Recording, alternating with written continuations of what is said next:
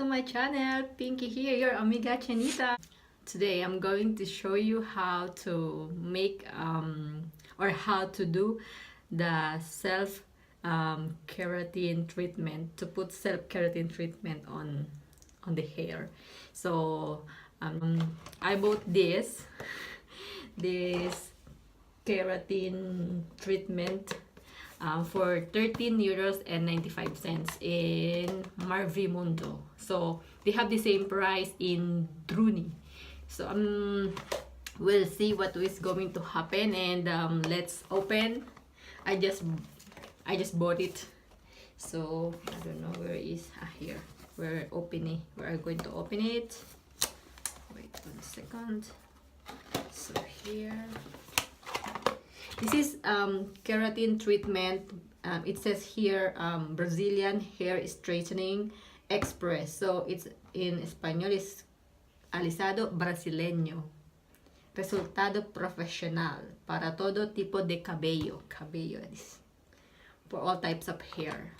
So what they have here,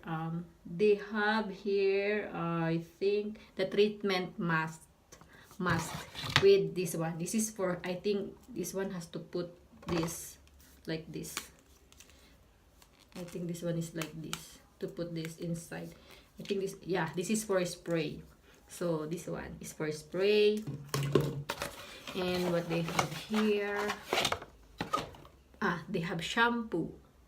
So they have shampoo and conditioner. So they have conditioner too. So they have three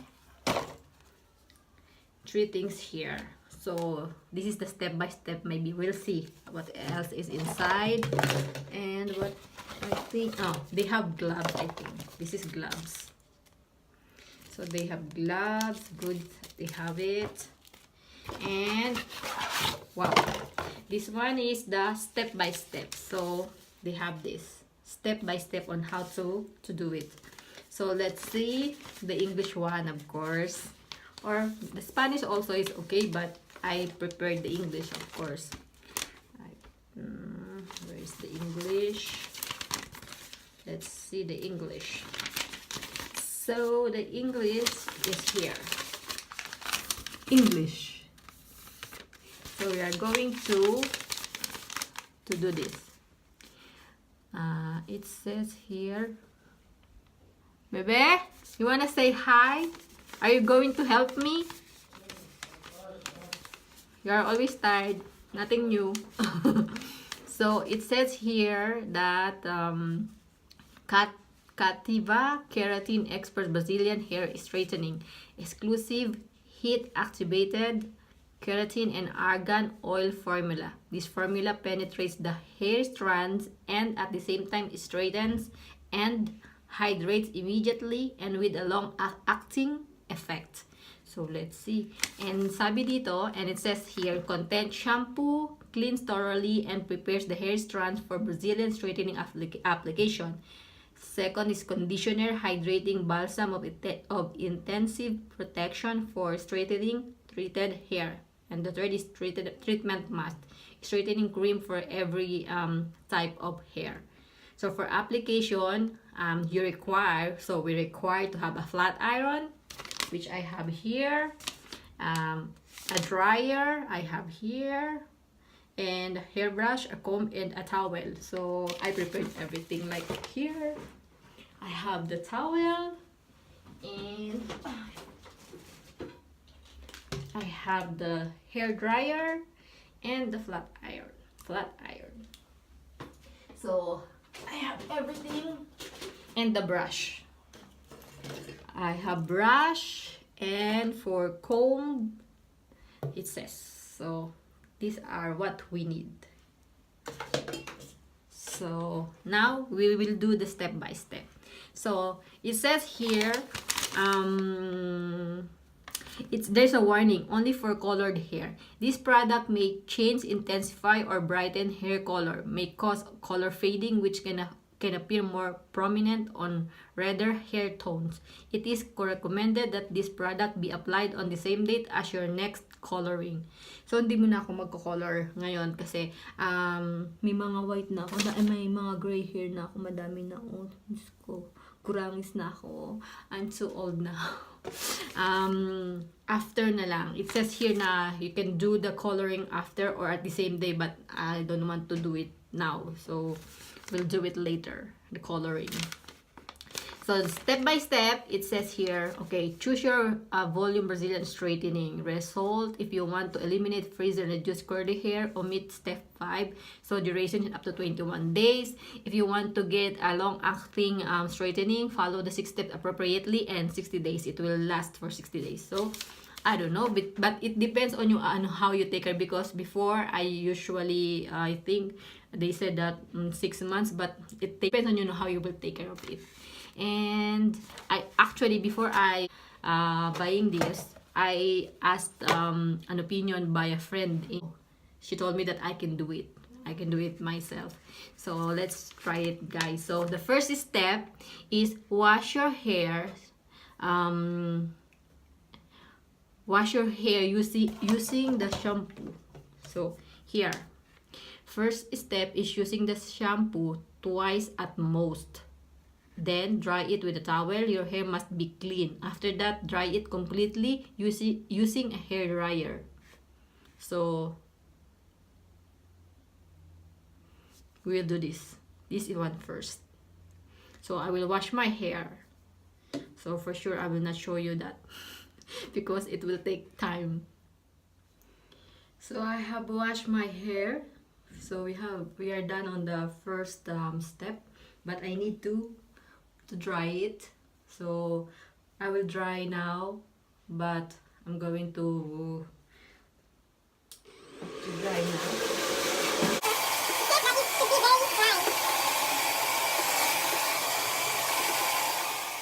Guys, I guess my hair is completely dry now, but it's a bit something like a bit cold or what, I don't know, but feels like it's completely dry. I think it's completely dry now. So let's see. I have a thick hair, I think. So thick. So now it's completely dry, my hair. Now we're on the second step. The second step is separate your hair into 2 sections. So separate the hair into 2 sections, meaning it should be like this in the middle. Okay, in the middle, 2 sections. Okay, and then apply the treatment mask Kativa, then with your hand distribute the product from root to tip. Okay, then we will contribute down. So we will do like this from here to here. So now it's the time to use the gloves. The gloves. So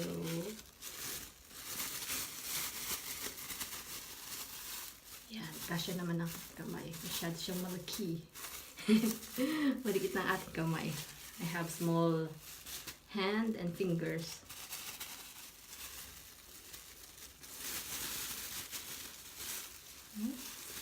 How? Things like this. Yes. So we're going to use this, the spray. So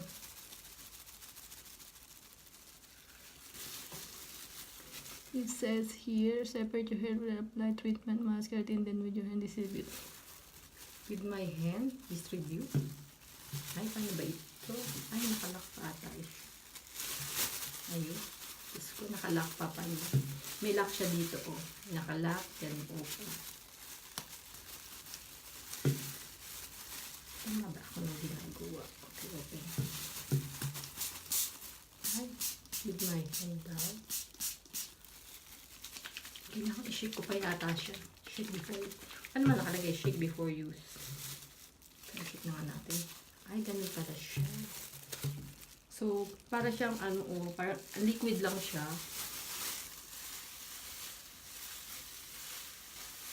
Ganyan. Ilalagay natin sa mga strand. Ganyan.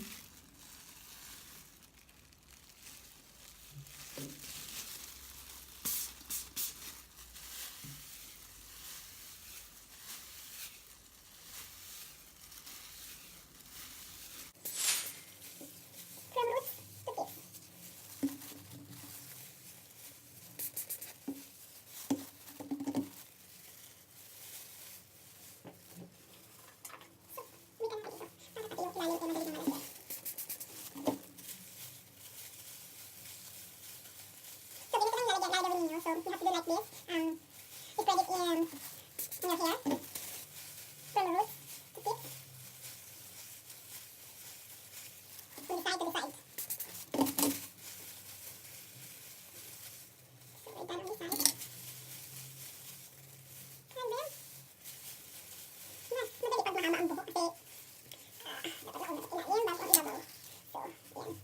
This is my first time to do this by myself. Normally, I go to parlor or to the salon to do this, to peluqueria. But I have never done this here in Europe because, I don't know, I feel like they are not so good to do this kind of stuff. So, I don't know, I just don't trust my hair. Before, my hair was not like this super dry, but when I came here, I have dandruff and my hair was so dry. I don't know, maybe because of the water or something, I don't understand why really. You have to spread all over.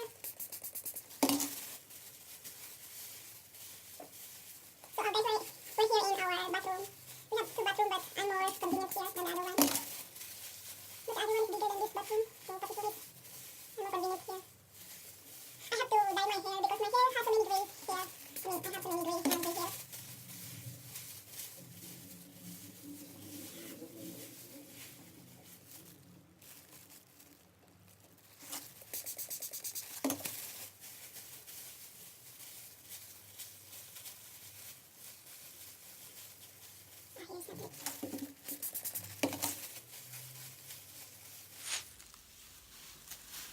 Look at this guys.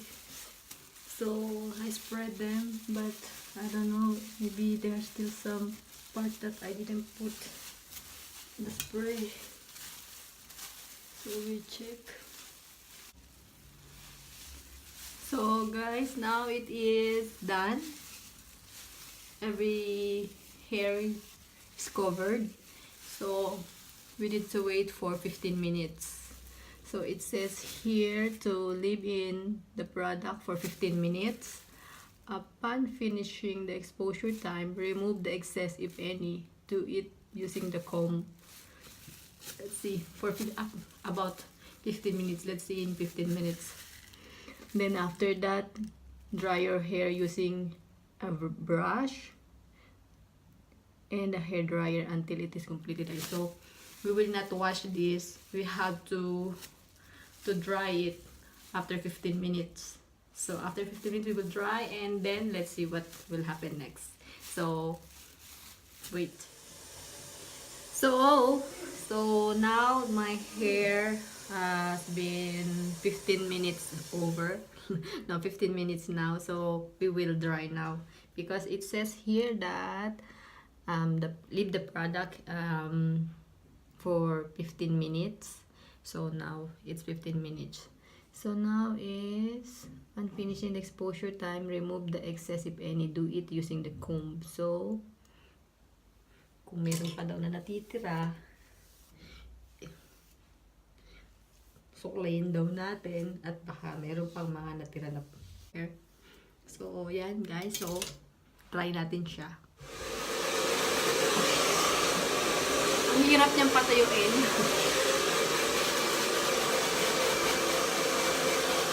Hindi naman siya yung typical na tubig na typical water. Pero malapit na siya matuyo. Sabi with a brush, pero yun na lang yung ginamit ko na brush kasi gusto ko siya gamitin. Minsan gusto ko siyang brush.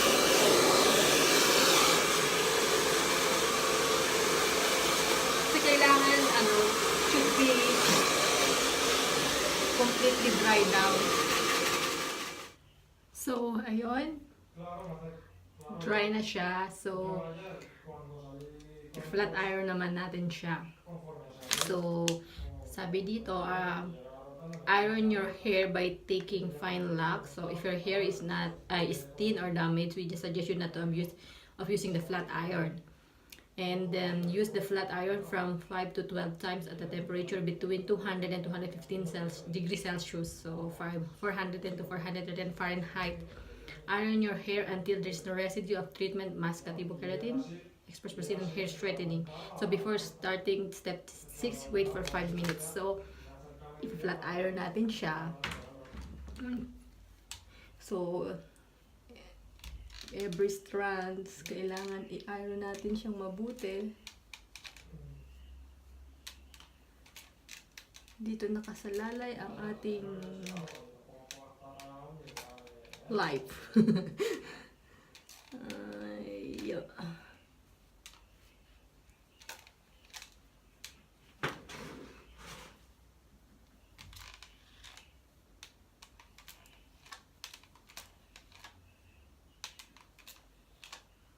Mainit yung iron.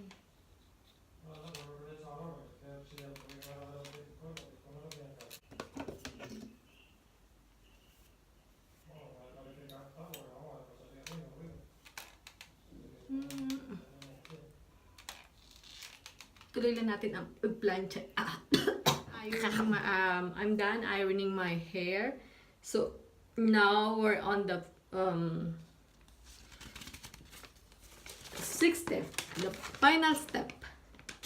But it says here wait for 5 minutes, so let's wait for 2 minutes for this. So wash your hair using the shampoo. Again, we will use the shampoo, and then repeat this is removing all the treatment. Repeat this step if needed. Remove the excess moisture and apply the conditioner. So we apply this conditioner. Leave in 5 minutes again and rinse with a lot of water, then dry your hair using the hair dryer. So I think we're on the final step. So hopefully we'll have a changes on my hair. This is my first time to have done this by myself. So I hope this will really right what I have done.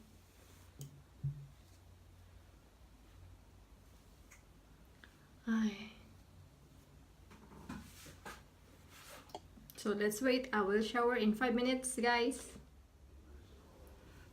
So I have done with I have washed my hair. Now I'm going to dry, and then let's see what will happen. I hope that there will be better changes. So let's find out. So I think it works. It really works. It's good. It's just the way of my hair drying is not so good, but I think it works. So this really works. This one. So guys, try nyo to. This is really good. So for my hair, I use only half because I have a short hair. Maybe for the long hair, one of this is enough. So for me, only the half. So yes, it's more shiny now. So yun lang guys. So that's it. So I hope that you have learned some para makasave kayo, to save some money, because I know that it's expensive for keratin to go to the parlor, to the salon or peluqueria, but this one really works perfectly. Just follow the instructions. They have instructions. Just follow this and then you'll be okay. You'll be fine. So yun lang guys, and then thank you for watching, and I hope that you subscribe and like my videos. Bye.